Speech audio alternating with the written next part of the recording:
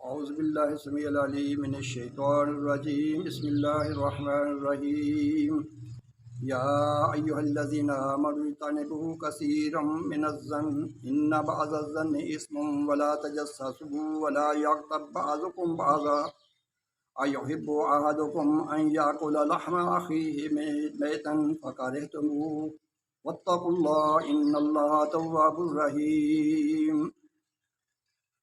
یہ سورہ حجرات ہے جس میں اللہ تعالیٰ نے معاشرتی آداب سکھائے، اور ان معاشرتی آداب میں سے ایک ادب یہ بھی ہے کہ فرمایا کہ ولا یغتب بعضکم بعضا، کہ تم کسی ایک دوسرے کی غیبت نہ کیا کرو۔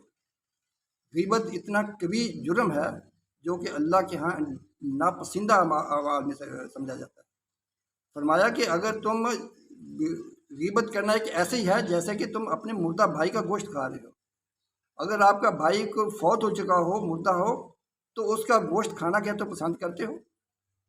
تو یہ اسی طرح ہی ہے کہ اگر وہ آپ کے بھائی آپ کے سامنے ہو، اگر آپ کے اس کے اوپر کو بات کریں تو وہ اپنی بات کا، آپ کی بات کا دفاع کر سکے کہ آپ بالکل سچے ہیں یا جھوٹے ہیں۔ نبی صلی اللہ علیہ وسلم کے پاس صحابہ کرام نے کہا یا رسول اللہ اگر وہ عیب ہمارے اس بھائی کے اندر موجود ہو تو پھر کیا حکم ہے؟ فرمایا کہ یہی تو غیبت ہے۔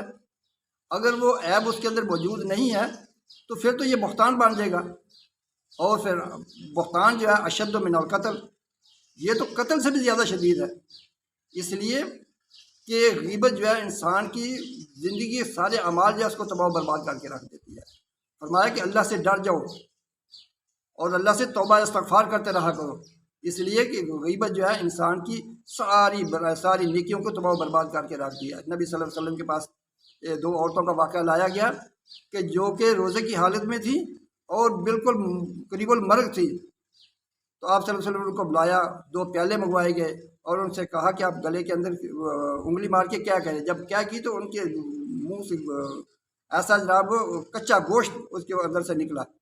فرمایا کہ یہ وہ ان کا عمل کردار کیا تھا، یہ کہ غیبتیں کرتی ہیں ایک دوسرے کی، جب یہ غیبت کرتی ہے تو پھر یہ کیفیت ہوتی ہے۔ تو غیبت انسان کے لیے انتہائی، اور ہمارے معاشرے کا تو یہ کہ دستور بن جا گیا ہے۔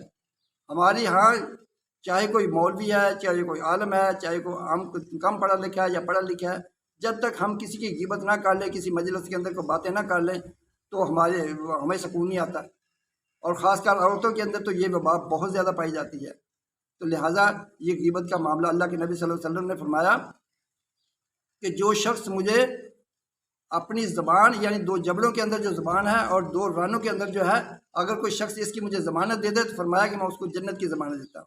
ایک دفعہ نبی صلی اللہ علیہ وسلم نے حضرت معاذ رضی اللہ عنہ سے فرمایا، اپنی زبان نکالی اور اس کو پکڑ کے کہا کہ یہ زبان یہ ہے، یہی چیز ہے جو انسان کو فتنے میں دوزخ میں لے جانے والی چیز ہے۔ اگر اس زبان کا صحیح استعمال کر لیا تو یہ اس کے اندر خیر ہے، اگر اس زبان کا ہم نے غلط استعمال کیا تو یہ ہمارے لیے دوزخ کا سبب بن جائے گی۔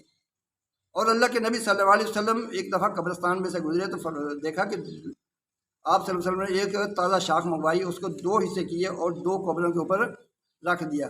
فرمایا کہ ان دونوں قبر والوں کو عذاب ہو رہا تھا، اور عذاب بھی کسی بہت بڑی جرم کی وجہ سے نہیں تھا، یہ چھوٹے جس کو ہم نارمل سمجھتے ہیں، ہمارے ہاں غیبت کو بڑا ایک بہت بڑا جرم نہیں سمجھا جاتا، جبکہ اللہ کے ہاں ایک بہت بڑے جرام میں سے یہ عذاب قبر کا سبب بنتا ہے۔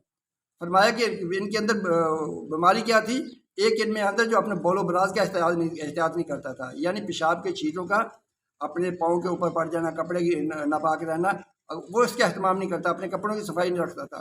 اور دوسرا جو تھا ان کے اندر بیماری یہ تھی کہ یہ غیبت کیا کرتا تھا۔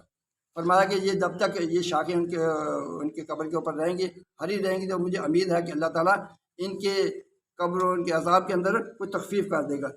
تو عزیز ساتھیو، یہ بس زبان اور عورت کا جو معاملہ جو اللہ کے نبی صلی اللہ علیہ وسلم کے صحابہ نے دو عورتوں کا معاملہ پیش کیا تھا کہ ایک عورت جو کہ بڑی نماز و روزے کی، صوم و صلات کی پابند تھی، لیکن زبان کی غلیظ تھی، اللہ کے نبی صلی اللہ علیہ وسلم فرمایا کہ اس کو جہنم کی خوشخبری سنا دو۔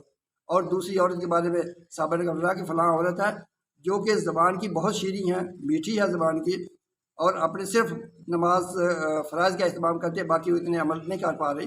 فرمایا کہ اس کے لیے جنت ہے۔ تو یہ دیکھیں صرف زبان کی وجہ سے اللہ کے ہاں جنت اور جہنم کے فیصلے ہو رہتے ہیں۔ ہمارے اندر تو اللہ معاف کرے ایسے ایسے آئے پائے جاتے ہیں کہ بندہ بیان کرتے شرم آتی ہے۔ تو اس لیے اپنے اعمال کی طرف غور کرنا چاہیے، اپنے جو فارغ اوقات ہیں ان کو اللہ کے ذکر پہ مشغول رکھنا چاہیے۔ اپنی زبان ہمیشہ اللہ کے ذکر سے تاری رہے، سبحان اللہ، الحمدللہ، اللہ اکبر، استغفر اللہ، اللہ اکبر کبیرہ، والحمد للہ کثیرہ، سبحان اللہ بکرۃ و اصیلا۔ ان اذکار سے اپنی زبان کو ہمیشہ تر رکھیں اور اپنے اعمال کی طرف توجہ دیتے رہیں اور اپنے رب سے دعا کرتے رہیں، ربنا آتنا فی الدنیا حسنۃ وفی الآخرۃ حسنۃ وقنا عذاب النار۔ تو میرا اللہ یقیناً اس بات پہ قادر ہے کہ ہمارے اوپر اپنی رحمت کی برکھا برسائے گا اور ہمیں ان خرافات سے جو معاشرے کی برائیاں ہیں ان سے محفوظ رکھے گا۔ اللہ تعالیٰ سے دعا کرنی چاہیے کہ یقیناً آپ بھی کوشش کریں گے اور میرے لیے دعا کریں اور اپنی بھی کوشش جاری رکھیں۔ اللہ تعالیٰ ہمیں ان خرافات سے محفوظ رکھے اور ہمیں آخرت میں نجات کا، ہمارے لیے نجات کا ذریعہ بنائے۔ اقول قولی ھذا استغفر اللہ۔ السلام علیکم۔